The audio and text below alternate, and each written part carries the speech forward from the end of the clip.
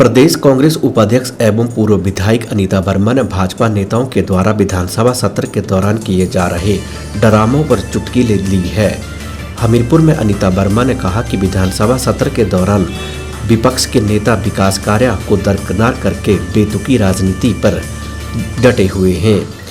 वर्मा ने कहा कि बीजेपी के नेता बताएं कि केंद्र सरकार के 10 सालों में कितने वायदों को पूरा किया गया है, वहीं प्रदेश सरकार ने 1 साल के भीतर कितनी गारंटियों को लागू कर दिया है, बाकी भी जल्द ही पूरी की जाएंगी।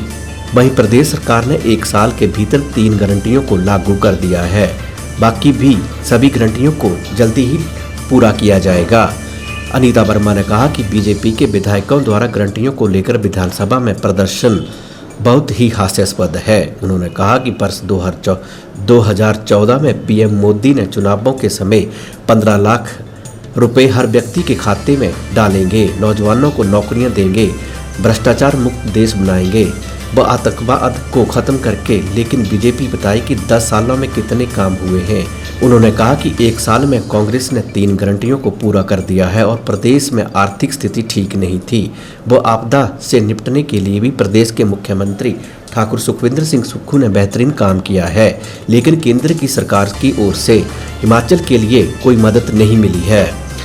अनीता वर्मा ने कहा कि देश में तानाशाही बढ़ती जा रही है तो संसद भी तानाशाही तौर पर चल रही है, जो ठीक नहीं है। उन्होंने कहा कि हिंदुस्तान में लोकतंत्र की हत्या नहीं होनी चाहिए। उन्होंने बीजेपी के दिल्ली में बैठे नेताओं से पूछा है कि पंडित नेहरू के समय में केवल एकमात्र सांसद वाजपेयी जनसंघ से होते थे, तो उन्हें भी कैबिनेट मंत्री का दर्जा दिया गया था और अच्छे लोकतंत्र की पहचान थी। उन्होंने कहा कि विपक्ष को आगे बढ़ाने की बजाय दबाने का काम बीजेपी कर रही है। मैं यही समझती हूँ कि आज देश भी एक डिक्टेटरशिप में आ गया है और संसद भी आज एक डिक्टेटरशिप के तहत जो चल रही है, ये भविष्य के लिए अच्छा नहीं है। हिंदुस्तान एक लोकतंत्र देश है और लोकतंत्र को मारना नहीं चाहिए। आज मैं इन बीजेपी के जो हमारे बड़े बड़े नेता दिल्ली में बैठे हैं, इनसे पूछना चाहती हूँ कि एक समय था जब नेहरू जी प्राइम मिनिस्टर थे, तब हमारे दोनों राज्यसभा और लोकसभा में पूर्ण सांसद थे।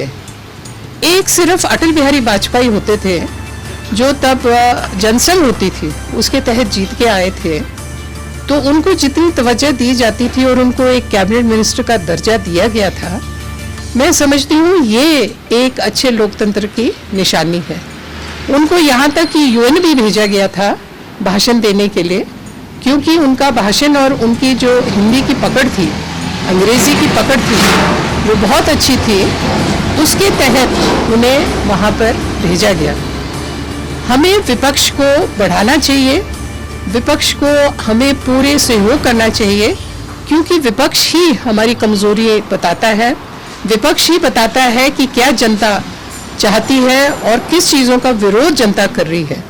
अगर हम विपक्ष के नेताओं को एक छोटे से कारण, और छोटा भी कारण नहीं था, जब आपके सांसद पर अचानक हमला हुआ और हुआ भी उसी दिन जो कि बड़े साल पहले सांसद में एक हमला हुआ था और जिसकी थोड़ी सी हमें सूचना, जो बीजेपी के नेता हैं और आज एमएलए हैं और प्रदर्शन कर रहे हैं विधानसभा में, एक डोलू और एक छोटा सा छक्कू लेकर, जिसमें वो कह रहे हैं दूध और गोबर उसके दाम कहाँ हैं, वो हमें कब मिलेंगे।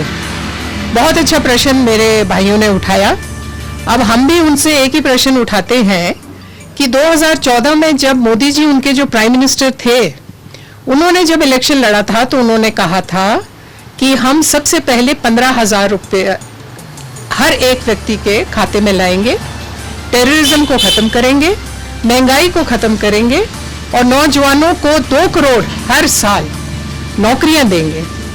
तो पहले उसका सारा ब्यूरो दे कि क्या वो आज 10 साल होने वाले, क्योंकि 2024 अभी आने वाला है 4-5 दिन में, तो क्या 10 साल में उन्होंने इन 4 चीज़ों में से एक भी चीज़ कम की है। और आज जो वो कह रहे हैं कि गोबर और दूध की, मैं उनको बताना चाहती हूँ कि कांग्रेस पार्टी ने 10 गारंटियाँ बोली थी जब उन्होंने इलेक्शन लड़ा था। 3 तो उन्होंने आज 1 साल में कर दी हैं। आपको पता है कि जब हमारे कांग्रेसी भाई सरकार में आए थे तो आर्थिक स्थिति जो थी, जो बीजेपी छोड़ के गई थी, वो आप सब जानते हैं, उसको पूर्ण करना और आगे जो आपदा आई थी, जिस आपदा को निपटने के लिए दिल्ली से कोई पैसे नहीं मिले, इन सब जो आर्थिक जो हमारे ऊपर एक दबाव पड़ा, उसको अपने ऊपर एक बड़ा दबाव समझते हुए भी हमने ये 3 गारंटियां पूरी की और आगे ये जो दूसरी 7 गारंटियां रह गई हैं, इनको भी जल्द पूर्ण करेंगे। अभी विधानसभा में मैं समझती हूँ हमारे सीएम साहब ने बोला है कि दूध की भी एक ठीक कीमत दी जाएगी और जो गोबर है उसके बारे में भी वो सोच रहे हैं। तो ऐसे ऐसे जो ड्रामे हैं, आज विपक्ष के पास कोई मुद्दा नहीं है कांग्रेस के खिलाफ बोलने के लिए, विपक्ष के पास कोई कमियां नहीं है कांग्रेस की दिखाने के लिए, तो ये छोटे छोटे नाटक जो कर रहे हैं, मैं समझती हूँ कि हिमाचल के जो लोग हैं वो समझ रहे हैं और वो जानते हैं कि आज विपक्ष अपनी भूमिका ठीक से नहीं निभा रहा। अच्छे अच्छे प्रश्न पूछिए आप विधानसभा में और लोगों की जो समस्या है उनको आगे लाइए।